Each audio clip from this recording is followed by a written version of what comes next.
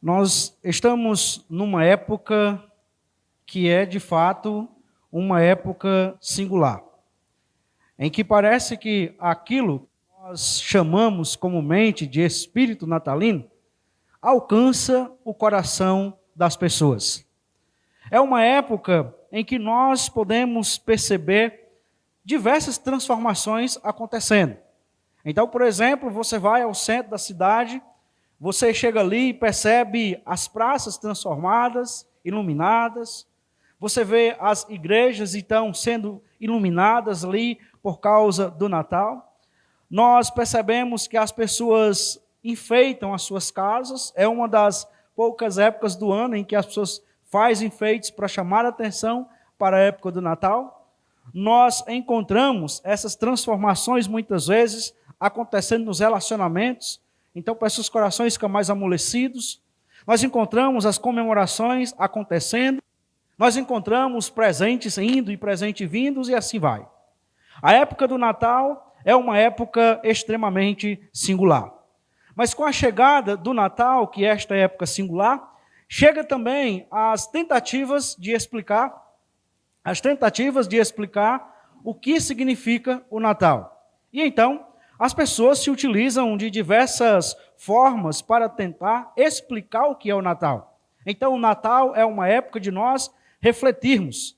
O Natal é uma época de nós sonharmos. O Natal é uma época de nós celebrarmos. O Natal é uma época de nós repartirmos, compartilharmos. É uma época onde nós agradecemos. É uma época onde nós renovamos as esperanças. E por aí nós temos várias tentativas de explicar o Natal. Mas para nós que somos crentes em Cristo Jesus, como é que nós podemos explicar o Natal? Ou a partir do que nós podemos explicar o Natal? Eu penso que o Natal se explica a partir da promessa. E essa, de fato, deveria ter sido a mensagem do domingo passado, mas era preciso parar um pouco mais no texto para que a gente pudesse, então, pensar nessa promessa. E eu quero pensar nesta promessa à luz de Isaías, capítulo 7, versículo de 1 até o versículo de número 14. Domingo passado, nós percebemos a chegada do rei, e agora nós estamos fazendo o caminho inverso. Nós vamos ver a promessa da chegada do rei, não é? Mas acredito eu que ao longo da mensagem, os irmãos entenderão por que se fazia necessário um pouco mais de meditação e pensamento a respeito deste texto de Isaías, capítulo de número 7, verso de número 1 ao 17. Eu quero pedir àqueles que podem ficar de pé para que nós possamos então fazer esta leitura da palavra de Deus no livro do profeta Isaías, no capítulo de número 7, verso de 1 a 17.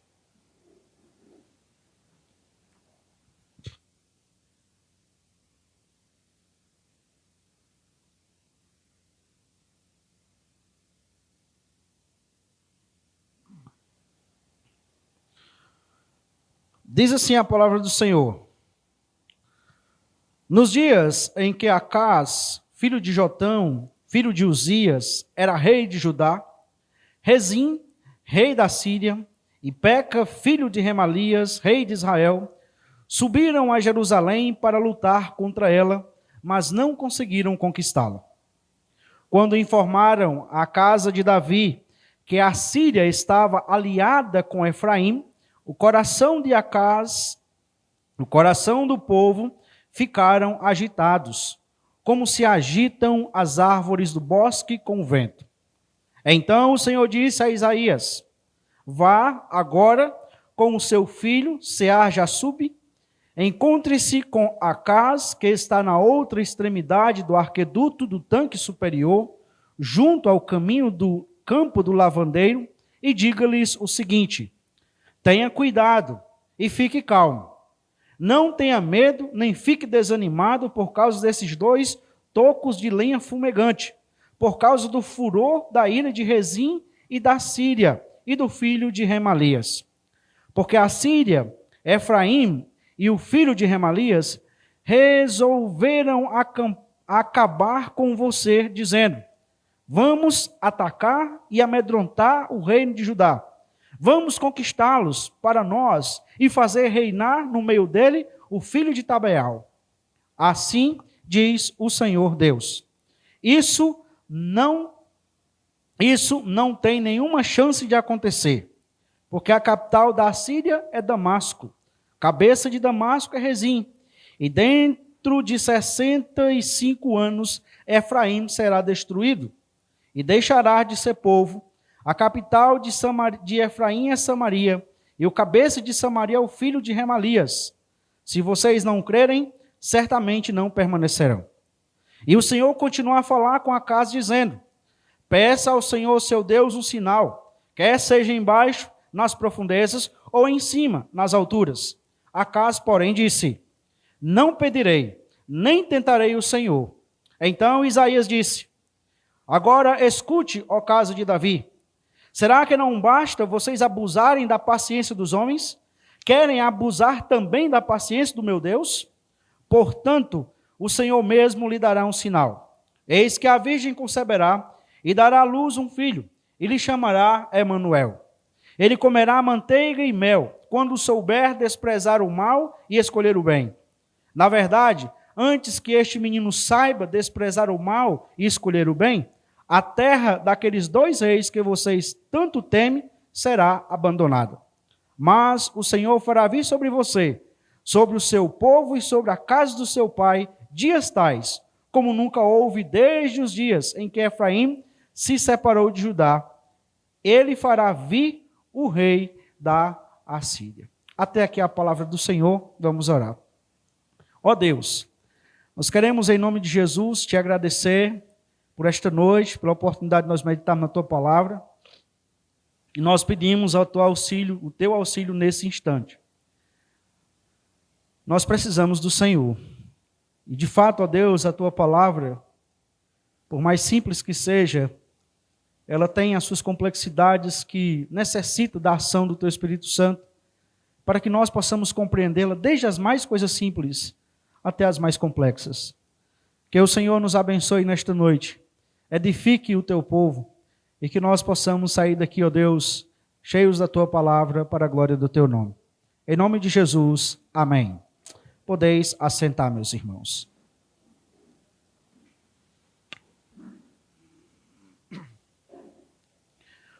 O livro do profeta Isaías, ele apresenta 2 temas centrais que se entrelaçam de acordo com o caminhar do texto, que é os temas de juízo e salvação. Em cada uma das partes que nós encontramos, ou das macropartes que nós encontramos em Isaías, nós vamos encontrar esses 2 aspectos que estão bem presentes na mensagem deste profeta.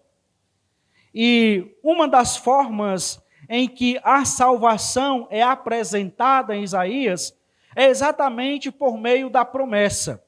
Por várias vezes nós vamos encontrar, lendo o livro do profeta Isaías, promessas que estão sendo feitas para então ilustrar, ou para então trazer brilho, trazer cor para a salvação que se aproxima. O texto que nós lemos nesta noite, ele traz uma destas promessas, que é citada por Mateus capítulo 1, verso 23, dizendo que ali está se cumprindo o que fora dito pelo profeta Isaías. Mas antes de nós entrarmos nesse texto e pensarmos um pouco nele, eu quero só contextualizar o que está acontecendo aqui. Nós temos 2 impérios no Antigo Testamento que algumas vezes se confundem por causa da pronúncia. Nós temos a Assíria e nós temos a Síria, certo? O que nós encontramos aqui é que a Assíria está numa campanha para dominar, então, todo o território. E o texto diz que junta-se dois reis, Uzias, que era rei de Judá, e Rezim, que era rei da Síria. E esses dois reis estavam unidos para resistir à Síria. E eles, então, estabeleceram um plano. Vamos chamar Acaz e vamos fazer, nós três, uma aliança para que nós possamos, então, vencer a Síria. Mas Acaz, ele não aceita o acordo para fazer a união. E já que Acaz não aceitou, o que é que Uzias e o que é que Rezim,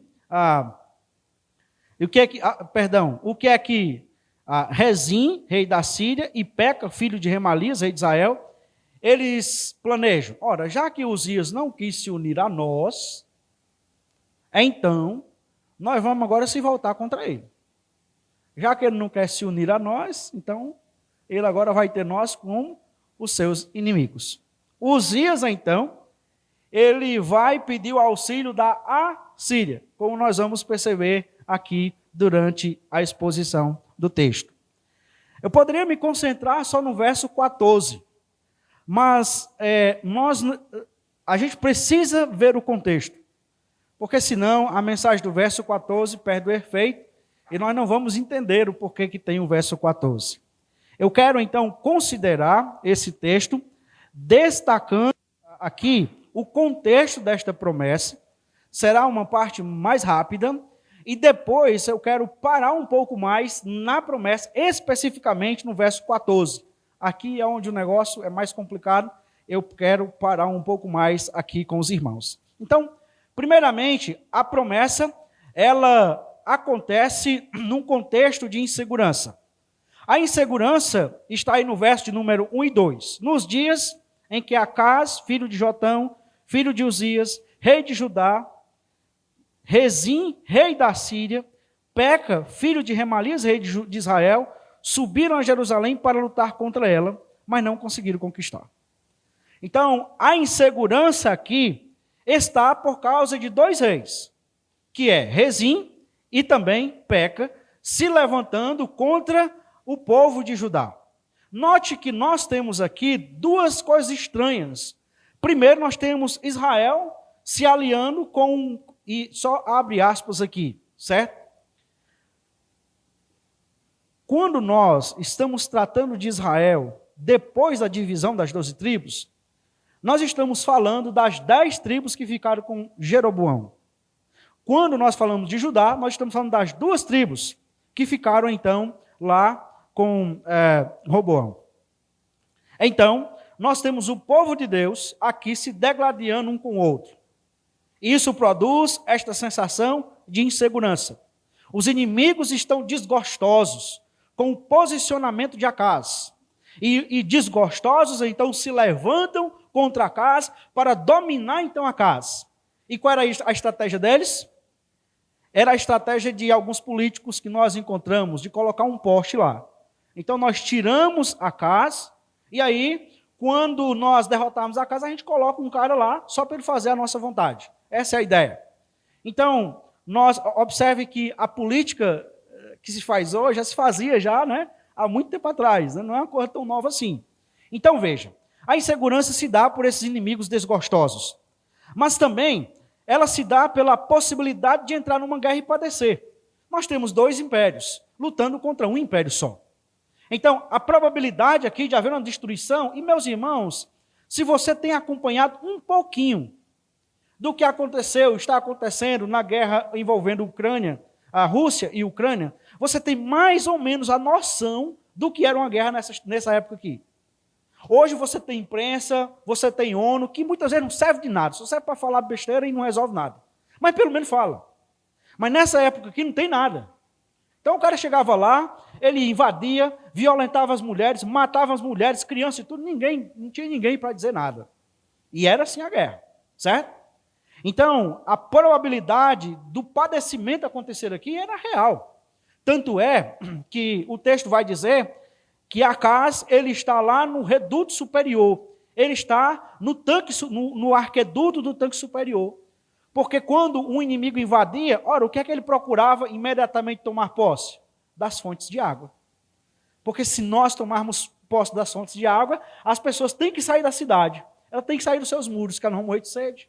E quando elas saírem para fora da cidade, então a gente mata elas com mais facilidade. Depois de enfraquecida, a gente mata elas com mais facilidade. Mas note, esta insegurança, ela produz um grande medo. E eu coloquei medo aqui, mas é um grande pavor que é tomado, que toma o coração de Acaz e do povo. Veja o texto no verso número de 2. Quando informaram a casa de Davi que a Síria estava aliada com Efraim, o coração de Acaz e do povo, e o coração do seu povo ficaram agitados, como agitam as árvores do bosque com o vento. Interessante essas figuras de linguagem que Isaías vão usar. Então, o coração está agitado como uma árvore quando dá o vento. Então, você pega um vento forte, então a árvore vai lá e você pensa que vai se acabar, se quebrar, e ela fica agitada aqui. A ideia aqui é de que o coração deles estava em tremendo pavor. Estavam desesperados aqui, ocasionados pela a insegurança que acontece aqui. Mas, além desse contexto de insegurança, nós encontramos também a promessa acontecendo no contexto de incredulidade. E quando eu digo aqui incredulidade, por parte de Acaz. Acompanhe comigo o verso 13 e o verso 3, e essa incredulidade vai se estender até o verso número 12. Mas veja, então o Senhor disse a Isaías: vá com o seu filho Sear-Jasub, encontrar-se com Acaz, que está na outra extremidade do arqueduto do tanque superior, junto ao caminho do lavandeiro. Então, primeira questão aqui, a sua Bíblia tem alguma tradução diferente? Quem tem a Ara aqui? O que é que diz aí na Ara? Só o nome do filho de Isaías. Um resto volverá. Esse era o significado de Sear-Jasub. Um remanescente vai ficar. E essa criança que está indo até Acaz, ela em si já era uma mensagem para Acaz. Deus está dizendo para Acaz: olha, a coisa vai ficar complicada mesmo, vai dar ruim para você, mas vai sobrar um remanescente. Vai restar um remanescente aqui. Mas note, o texto diz que ele então, Deus manda ele lá, e o texto fala aí também no tanque superior, junto ao caminho do lavandeiro. Interessante, porque como é que era lavada as roupas nessa época aqui? Você tinha um caminho, você colocava as roupas no chão, e então a pessoa ia pisando literalmente nas roupas. Então você ia pisando aqui para sair o grude ou o sujo. Né? Não tinha máquina de lavar, não tinha o sabão Omo que nós temos hoje, os Venete da vida, então era assim. Então por isso o caminho do lavandeiro. E a razão pela qual a casa está ali é porque ele está em uma espécie de inspeção. Ele está vendo como é que está o arqueduto e certamente preocupado também, porque ele sabe que se os inimigos chegassem, eles iam logo para lá. O texto continua. Note, a primeira mensagem para Acaz é o filho de Isaías, certo? Diga-lhe o seguinte: tenha cuidado e fique calmo. A segunda mensagem de Deus para Isaías, ela é uma palavra consoladora. Então, você tem uma incredulidade, apesar do sinal, que era criança. Agora você tem incredulidade, apesar da palavra consoladora de Deus. E Deus está dizendo para Acaz, meu amigo, é o seguinte: você fica atento, observe, tenha cuidado, porque não é brincadeira, os caras estão aí mesmo, vão vir com força, mas não tenha medo, fique calmo. Você não precisa se assombrar por isso, não. Seu coração não precisa estar agitado dessa forma. Não tenha medo, nem fique desanimado por causa desses 2 tocos de lenha fumegante, por causa do furor da ira de Rezim, da Síria e do filho de Remalias. Está vendo aqui o que é que Deus está dizendo para Acaz? Acaz, fique calmo. Porque sabe esses 2 reis que estão irados vindo contra você? Sabe o que é que eles são? 2 brasas apagadas. são literalmente 2 tocos, fumegante. Sabe aquela brasa que sobrou, irmão Lindomar, do churrasco de sexta-feira do encerramento dos homens? Chegou no sábado aí, estava só meia morna, né? Pronto. É isso dali que Deus diz que é os 2 reis que estão furiosos contra a casa, né? Interessante. Isso é muito interessante, certo? Lembra disso, porque isso é importante na aplicação. Então o texto continua. Porque a Síria, Efraim e o filho de Remalias, resolveram acabar com você, dizendo: vamos atacar e amedrontar o reino de Judá. Vamos conquistá-lo para nós e fazer reinar no meio deles o filho de Tabeal. Assim diz o Senhor: isso não tem nenhuma chance de acontecer. Perceba que a mensagem de Deus para Acaz é uma mensagem que é consoladora de vários aspectos. Deus está dizendo: Acaz, fique calmo. E é como se Acaz não conseguisse se acalmar ainda. E Senhor, Acaz, não tenha medo. Ele ainda não consegue descansar no Senhor. Acaz, a coisa é assim, mas não tem chance de acontecer. Isso não vai acontecer. Fica tranquilo, fica tranquilo. E então, ele vai dizer porque a capital da Síria é Damasco, a cabeça de Damasco é Rezim, e dentro de 65 anos Efraim será destruído, deixará de ser povo, capital de Efraim é Samaria, cabeça de Samaria é o filho de Remalias. Se vocês não crerem, certamente não permanecerão. E aqui, nós encontramos o segundo aspecto desta incredulidade de Acaz. Nós já vimos que Acaz recebeu 2 mensagens já. Uma era o filho de Isaías, a segunda foi uma palavra de Deus que foi enfatizada pelo menos 3 vezes no mesmo sentido. Fique calmo. Mas parece que Acaz ainda não acredita. Ele não crê nisso aí. Então, o Senhor, verso 10, continua a falar com Acaz dizendo: peça ao Senhor seu Deus um sinal, quer seja embaixo nas profundezas ou em cima nas alturas. Acaz, porém, disse: não pedirei, nem tentarei o Senhor.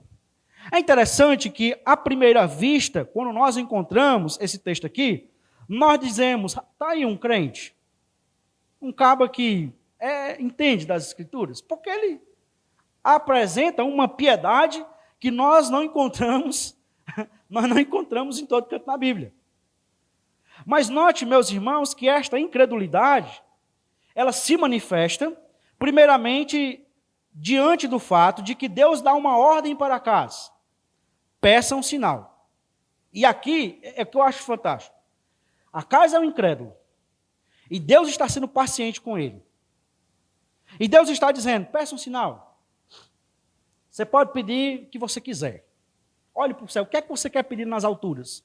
Na terra. O que você quiser. E é interessante porque algumas vezes os sinais, eles são apresentados com razões diferentes. Então tem um sinal aqui para demonstrar que Deus vai cumprir a sua palavra, para comprovar para Acaz que Deus vai cumprir a sua palavra. Tem aquele sinal para relembrar do que Deus nunca mais fará alguma coisa, que é o arco-íris. Deus nunca mais vai destruir com água a terra, e por aí vai.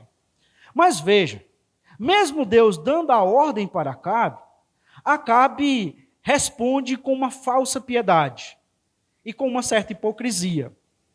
Aliás, com uma certa não, e com hipocrisia.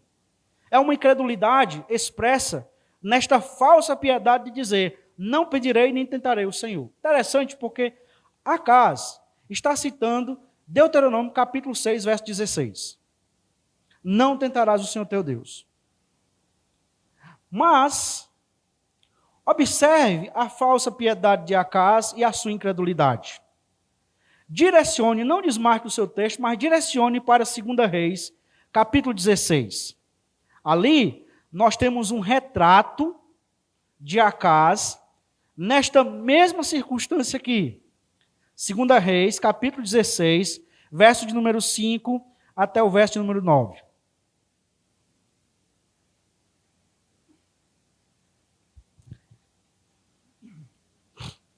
Segunda Reis 16, 5. Então Rezim, rei da Síria, e Peca, filho de Remalias, rei de Israel, subiram a Jerusalém para lutar contra ela. cercaram Acaz, mas não conseguiram derrotá-lo. Você já leu esse versículo aqui em algum outro canto? Equipara-se com capítulo 7 de Isaías, verso 1. Certo? Nos mesmos termos. Naquele tempo, Rezim, rei da Síria, restituiu Elate à Síria, expulsou dela os homens de Judá. Os sírios foram para Elate e ficaram morando ali até o dia de hoje. Acaz enviou mensageiros a Tiglat-Pileser, rei da Assíria, dizendo: Eu sou teu servo e teu filho. Venha me livrar do poder do rei da Síria e do poder do rei de Israel, que se levantaram contra mim. Acaz pegou a prata e o ouro que havia na casa do Senhor e nos tesouros do palácio real e mandou de presente ao rei da Assíria. O rei da Assíria lhe deu ouvidos, subiu contra Damasco, tomou-a, levou o povo para aqui e matou Rezim. Percebe aqui a falsa piedade de Acaz? Acaz não estava preocupado com o Senhor e nem preocupado em fazer a vontade do Senhor. Porque primeiro ele vai atrás de um incrédulo, ele vai se associar com um incrédulo que não tem nada a ver com Deus. Ele rejeita a proposta de Deus. E para ainda completar a desgraça, ele ainda pega o tesouro da casa do Senhor, ele pega o que é do Senhor, e ele usa o que é do Senhor para se associar, entrar em uma aliança humilhante, né? Porque ele está dizendo aqui, olha, eu sou teu servo. Eu estou na condição de teu servo. Interessante, né? A incredulidade de Acaz pode ser vista quando ele recusa-se a humilhar diante de Deus, mas não tem nenhuma dificuldade de se humilhar diante dos homens, para que ele seja livre. A falsa piedade de Acaz, ela fica bem evidente quando nós percebemos que Acaz não está preocupado com Deus coisa nenhuma. O que ele está querendo é realmente não crer em Deus. Não crer em Deus. E como é que nós sabemos disso de forma clara ainda? Continuidade do texto, verso 13.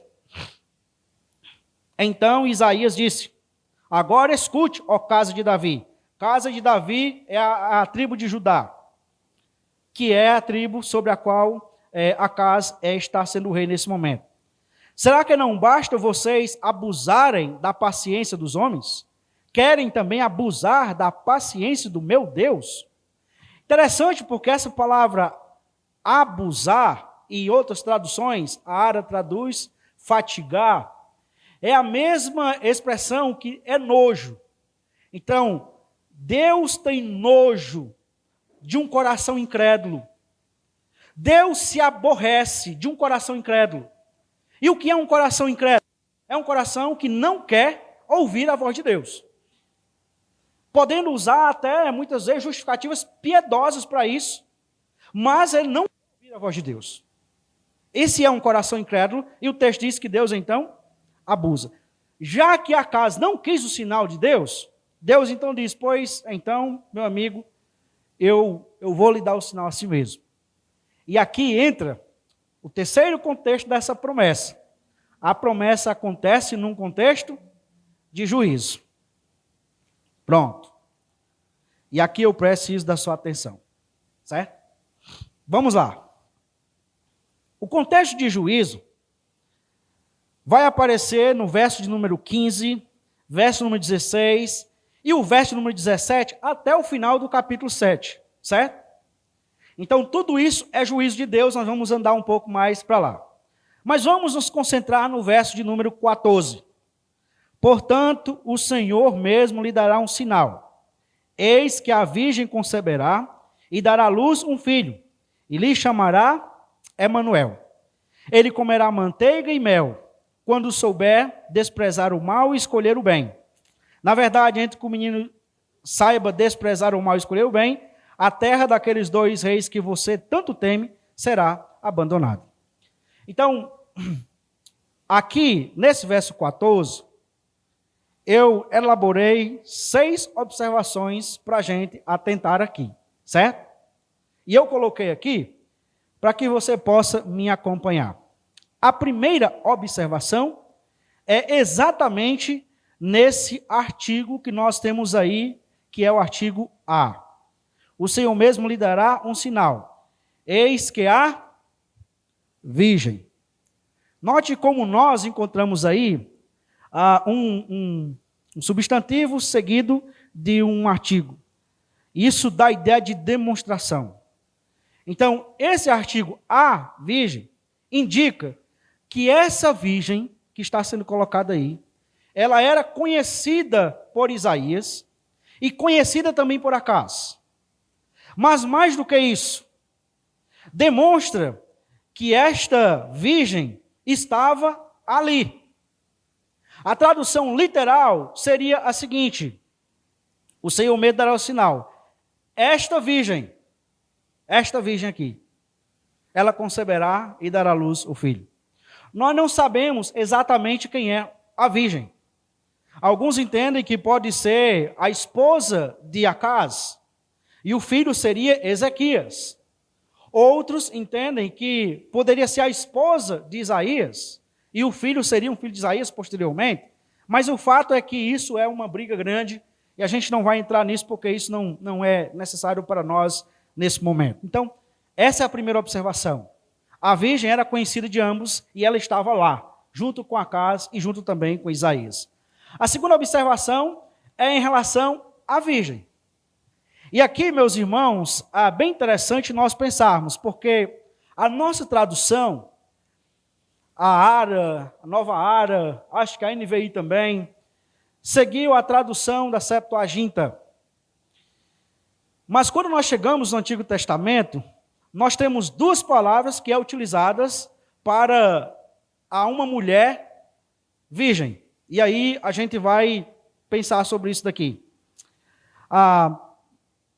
Uma palavra, o foco da primeira palavra, e deixa eu botar aqui logo elas. Então nós temos 2 palavras. Nós temos Almá e Betulá. Então o foco desta primeira, Almá, é no foco de uma mulher jovem. Essa mulher jovem pode ser virgem, mas necessariamente ela não é. Entende aqui?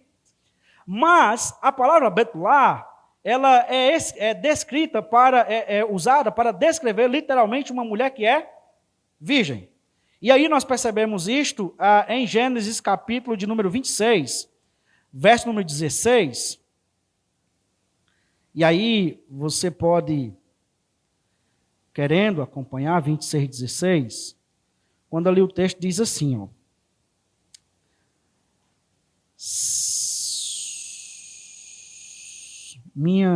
24:16, perdão. 24:16. A moça era muito bonita, virgem, a quem nenhum homem havia possuído. Essa palavra aqui para virgem é Betulá, e aqui nós entendemos que esta mulher nunca teve nenhum relacionamento com homem. Lá Isaías é Almá, ela é uma jovem senhora. Talvez até uma jovem senhora recém-casada, mas que ainda não tinha filhos, certo?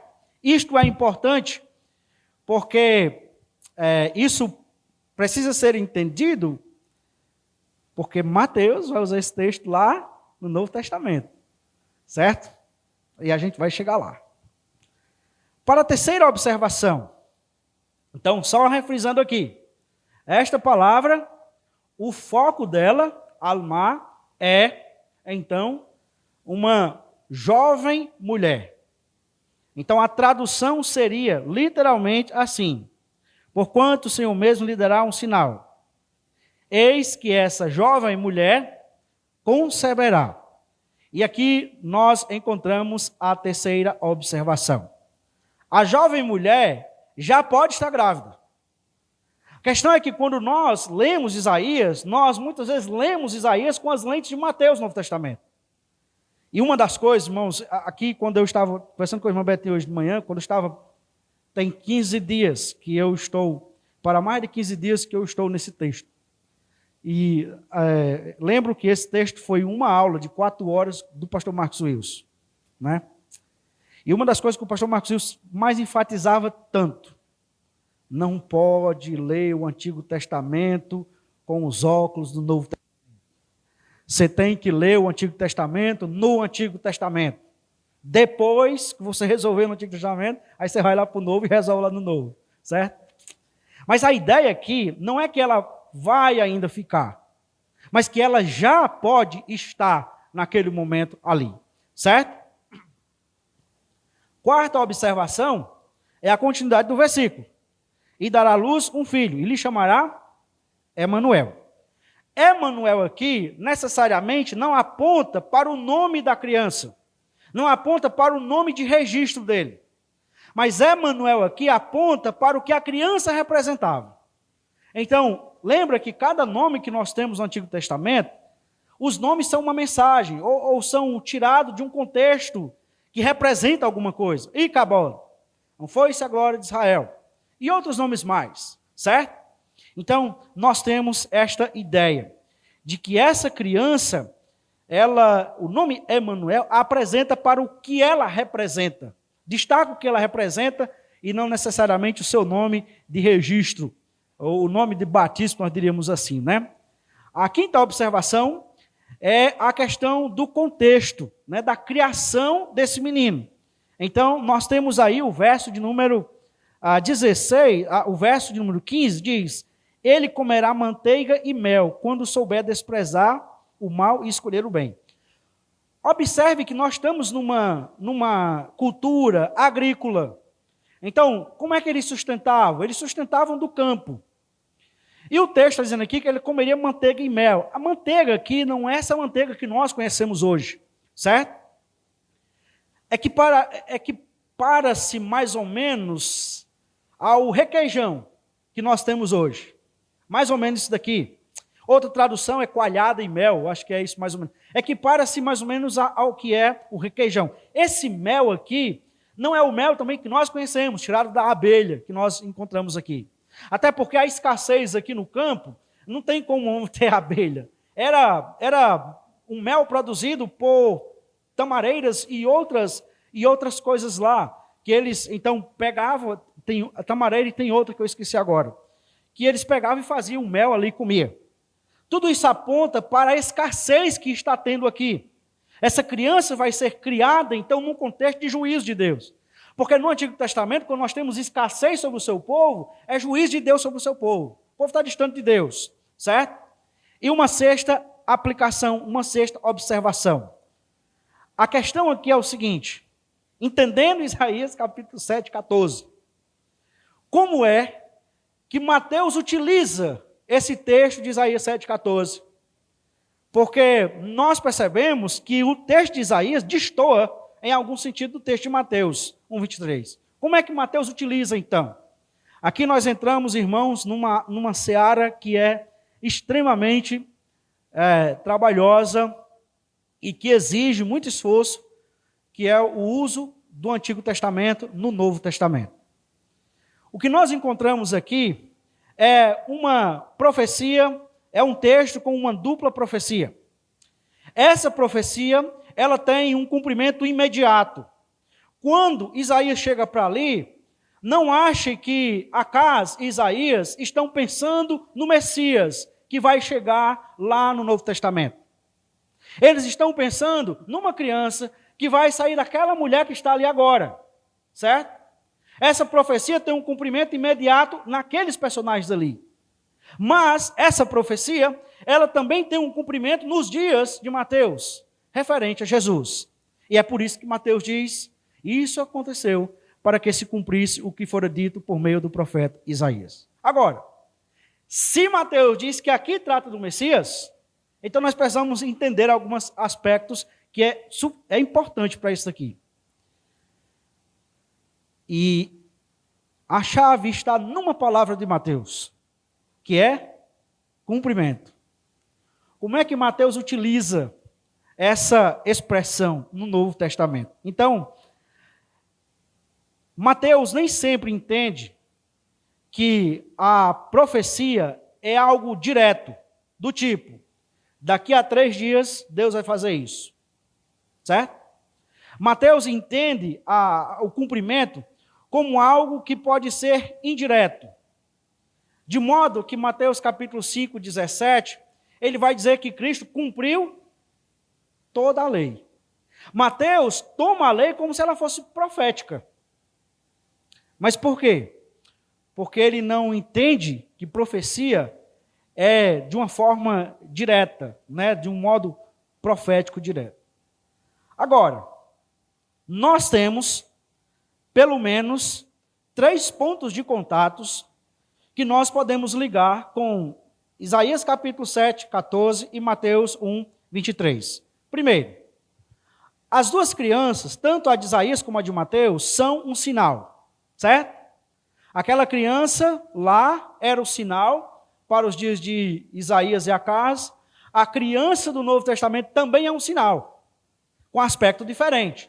Jesus nasce como um sinal de que a paz está sendo estendida, o acordo de paz está sendo estendida, vindo de Deus para com os homens. O aspecto da virgem também está presente ali. Tanto Mateus como Isaías toma essa ideia. Já Mateus deixa claro que Maria não era uma jovem casada, né, mas era literalmente sem ter nenhum relacionamento com ninguém. E tem ainda um terceiro aspecto, o que o nome representa. Tanto lá em Isaías como em Mateus, o Emanuel representa Deus conosco. E Mateus, ele utiliza-se então destas pontes para dizer, olha, isso daqui que está acontecendo lá, tinha como foco, objetivo final, a vinda do Messias, o cumprimento da promessa messiânica. Uma profecia com um duplo cumprimento, ou um texto com uma dupla profecia. E nós encontramos isto várias vezes no Antigo Testamento. Para concluir, o contexto de juízo, eu quero chamar a atenção do verso 17. Mas o Senhor fará vir sobre você, sobre o seu povo e sobre a casa do seu pai, dias tais como nunca houve. Eles dizem que Efraim se separou de Judá. Ele fará vir o rei da Assíria. Tem uma coisa que nós encontramos nos escritos do Antigo Testamento e do Novo Testamento, que é a ironia. Deus, ele é um ser que tem humor, certo? E um bom humor. De acordo com 2 Reis 16, a quem foi que Acaz foi pedir ajuda? Ao rei da Síria. Agora, quem é que vem? Aí o rei da Síria ajudou. Ele livrou lá Acaz de Peca e Rezim. Mas agora, quem é que vem contra Acaz e destrói o seu reinado? O rei da Síria. É assim que acontece quando nós confiamos em qualquer outra coisa que não é o Senhor. Aquilo que nós confiamos, embora que no primeiro momento resolva aparentemente o nosso problema, mas no final das contas vai se voltar contra nós de modo irremediável e de modo irrefutável. Feito isto, nós passamos agora para as aplicações, certo? Aplicações. Primeira aplicação que eu quero destacar, meus irmãos, de todo o texto, é que a descrença é uma decisão pessoal. O indivíduo escolhe não crer. A descrença não é falta de sinal, a descrença não é falta de admoestação, a descrença não é falta de evidências. A descrença é um sinal, é uma escolha que você faz. De modo que Deus chega para casa e escolhe o que você quiser. Você quer escolher sair ali, uma pessoa que já está 100 anos mortas? Escolha. Eu dou o sinal. Uma coisa no céu, ou na terra, ou até debaixo da terra. Escolha, meu amigo. O que é que você quer? Mas a descrença é uma escolha que o homem faz. Ele decide não crer em Deus. E ele decide não crer em Deus, porque Deus não tem valor para ele. Deus não tem valor para ele. Porque ele prefere confiar em outras coisas. Porque ele prefere confiar em outras pessoas. O que Deus diz não é suficiente. E por mais que tenha sinais, sinal é continuar descrente. Se você está lembrado, um dos textos das Escrituras que deixa isso muito claro é exatamente o Evangelho de João. Não é falta de sinais que faz com que as pessoas não creem, mas é uma decisão do coração delas. Pode mostrar, eu não sei se você já teve essa experiência de você chegar, pegar um texto e dizer assim, rapaz, não tem jeito. Depois que eu vou apresentar esse texto aqui para essa pessoa, não tem jeito, ela não tem para onde correr. Está aqui, não tem alternativa. E você vai lá e fala para ela entende o texto, e ela termina como algumas pessoas terminaram comigo.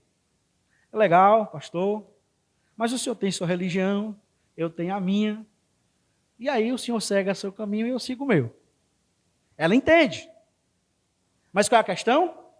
É que ela não quer crer. Ela decidiu não crer. Certo? Uma segunda aplicação. Algumas vezes o discurso piedoso mascara a condição de incredulidade do coração. E meus irmãos, como muitas vezes nós somos astutos para usar da falsa piedade para justificar coisas que não se justificam. Deixa eu lhe dar alguns exemplos. É a pessoa que está trabalhando, se matando de trabalhar. Não tem mais nem tempo para a família. É isso assim, não, mas eu estou trabalhando feito um doido assim, pastor, porque eu preciso sustentar minha família. Estou trabalhando assim, pastor, porque eu trabalhando assim, eu posso contribuir mais com a igreja. À primeira vista parece uma piedade, não é? Uma preocupação legítima. Mas por trás disso está um coração incrédulo. É aquele casal que não quer ter filhos. E a explicação piedosa deles é porque o mundo está muito mal. O mundo está muito perverso. Como é que a gente vai criar o filho num mundo tão mal desse jeito? E quando foi que o mundo não foi mal? Quando foi que o mundo não foi perverso? É aqueles pais que perdem o sono, são tomados pela ansiedade e preocupação, a tal ponto de ter que tomar medicação, preocupado com o futuro dos filhos. O que é que vai ser desse menino, rapaz? Menino, aí cheio de cão no mundo aí, esse menino aí vai... Preocupação, e às vezes eu estou preocupado com meu filho, pastor, porque eu quero que ele seja um servo de Deus, quero que ele ande nos caminhos do Senhor. Isso é preocupação, é incredulidade. É aquele irmão que não quer vir para a igreja, de jeito nenhum. Aí diz, eu não quero vir para a igreja porque ninguém se preocupa comigo. Ninguém está nem aí para mim. Explicação aparentemente piedosa para mascarar a incredulidade do seu coração de não querer seguir a vontade de Deus. De não querer seguir a vontade de Deus. E nós, enquanto crentes, nós precisamos estar muito atentos a isso no nosso coração mesmo. Se as explicações piedosas que nós damos, no final das contas, não são um meio de nós mascararmos a realidade que está no nosso coração. Uma terceira aplicação.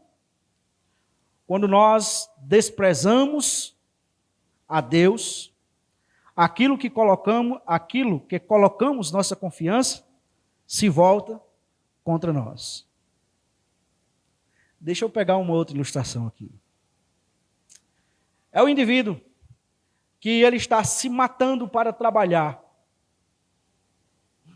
E ele está se matando para trabalhar porque ele acha que o que mantém o seu trabalho é a sua força, é a sua capacidade. Aí, de repente, ele lá, suando sangue na empresa, chega tarde, acorda, vai dormir tarde, acorda cedo. Aí, quando chega um dia na empresa, o patrão chega e diz: meu amigo, vem cá. Diga, você está demitido. Não precisa vir mais amanhã. E todo o sacrifício que você colocou no seu trabalho, a confiança estava no seu trabalho. E agora o seu trabalho se voltou contra você. E nós poderíamos, irmãos, ilustrar de várias outras coisas. Nós muitas vezes colocamos nossa confiança na nossa capacidade. Será a nossa capacidade que vai se voltar contra nós. A nossa suficiência não vem de nós, a nossa suficiência vem de Deus. Se você é legítimo você estudar, mas se toda a sua atenção é canalizada para os seus estudos, talvez você seja até um bom profissional. E talvez quando você se esforçar, se matar de estudar, vai descobrir que não tem emprego para você. A nossa suficiência não vem de nós. A nossa suficiência vem de Deus. Nossa suficiência vem de Deus. Não é a força do nosso braço. Não são os nossos métodos. Não é a nossa capacidade que faz a coisa acontecer na nossa vida. Lembra disso. Aplica isso na sua vida. Porque se você está confiando na sua vida, se você está colocando a suficiência na sua vida em você ou em qualquer outra coisa, vai dar errado. Porque a nossa suficiência precisa vir do Senhor. Acas não aprendeu isso. Mas nós hoje estamos sendo ensinados por meio do exemplo de Acas, para que nós não sejamos tolos e cometamos as mesmas besteiras que Acas fez. Quando desprezamos a Deus, aquilo que colocamos nossa confiança se volta contra nós. Lembre disso. Se você não se lembrar, Deus vai lhe lembrar. Certo? De forma difícil, como foi para Acas. Uma última aplicação. Diante das ameaças, não precisamos ter medo, pois Deus está conosco. Esse é o ponto que nós encontramos aqui nesse texto. Como é que, acaso, você deve vencer a incredulidade do seu coração? Como é que você deve vencer a insegurança que tomou conta do seu coração? O medo o pavor que tomou conta do seu coração? Ora, na verdade de que Deus está com você. Nós somos pessoas que gostamos de palpar as coisas. Gostamos de ver as coisas. Então, muitas vezes, a verdade de que Deus está comigo parece ser uma coisa tão abstrata. Tão abstrata. Que isso não faz sentido na nossa vida, que isso não muda a nossa vida. Mas o fato de nós sabermos que Deus está conosco muda a nossa vida. Das coisas mais simples às mais complexas. Por que eu tenho que chegar antes de 7 horas para o culto? Deus está conosco. E eu não quero deixar Deus esperando pela minha presença. Não quero chegar atrasado na presença de Deus. Coisa simples. O fato de que Deus está conosco nos ajuda a vencer os medos que nós teremos. Nós sempre seremos expostos a medos. Sempre. Lembre disso. Não tem como nós vivermos no mundo sem nós sermos expostos aos medos que este mundo produz, por razões diversas. Mas como é que nós vencemos o medo? Na certeza de que Deus está conosco. Nós vencemos o medo tendo ao nosso lado a presença de Deus, Ele está conosco. Mas nós vencemos o medo quando nós decidimos no nosso coração crer, não só que a presença de Deus está conosco, mas crer também na palavra de Deus a nós. Tenha cuidado, fique calmo, não tenha medo, nem fique desanimado por causa desses 2 tocos de lenha fumegante. Ô irmãos, isso é maravilhoso demais. Sabe aquela luta que você enfrenta? Aquela luta que você enfrenta que você parece assim, meu Deus, não vai. É pegado demais. É sofrível demais. Eu já tentei de um lado, ajeitar de um lado, já tentei do outro, é maior do que eu. Aí Deus olha para ela e diz, sabe essa luta aí, meu filho? Não passa de 2 tocos fumegantes. Não passa de 2 brasas que está se apagando, se acabando. Um dos grandes desafios que nós temos na nossa vida é nós olharmos para a realidade à luz dos olhos de Deus. É nós enxergar a nossa vida com os olhos daquele que controla e que domina a nossa vida. E quando nós enxergamos a realidade pelos olhos de Deus, a realidade continua lá. Mas nós temos condições, força para superar a realidade, por mais difícil que ela seja. Entende? Por mais difícil que ela seja. Então, lembre-se, nós não precisamos ter medo. Deus está conosco. Da mesma forma como aquela criança que está assustada, que não consegue dormir por causa do escuro, porque na mente dela tem fantasmas ali no quarto. Aí ela não consegue dormir, mas papai chega. E papai simplesmente fica ali perto dela. E ela então agarra no sono, acorda no outro dia. Porque ela sabia que por mais que tivesse fantasmas ali, o seu pai era suficiente para proteger ela de qualquer fantasma que existisse. E ela consegue dormir tranquilamente.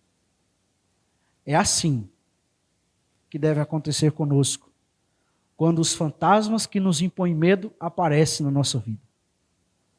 Nós podemos dizer, o meu pai está comigo, ele está aqui do meu lado, e ele é suficiente para derrotar qualquer fantasma que possa me causar medo. Vamos orar. Senhor, nós queremos te agradecer pela tua palavra, que mais uma vez o Senhor nos dá. Obrigado, porque o Senhor reanima o nosso coração diante de exemplos que são pessimistas, mas o Senhor reanima o nosso coração com a tua palavra, com a tua presença, com a tua promessa, e nós te louvamos por isso. É bom nós ouvirmos a tua voz a falar o nosso coração. E é bom desfrutarmos desta palavra consoladora que o Senhor tem para nós. Senhor, nos ajude para que o nosso coração não seja tomado de incredulidade. E para que assim, ele não venha a ser tomado também de pavor. Mas que cada um de nós, que estamos aqui esta noite, possamos sair conscientes da tua palavra e conscientes da tua presença junto de nós. Nós te louvamos porque aquela criança profetizada, ela ainda ia nascer. E nós te louvamos porque esta promessa ela se tornou uma realidade em Cristo Jesus.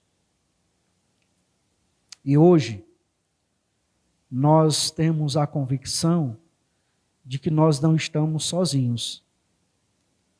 Porque, embora o nosso Senhor Jesus tenha voltado para o céu, para preparar o lugar para nós irmos para lá, Ele deixou conosco o seu Espírito Santo, o Consolador,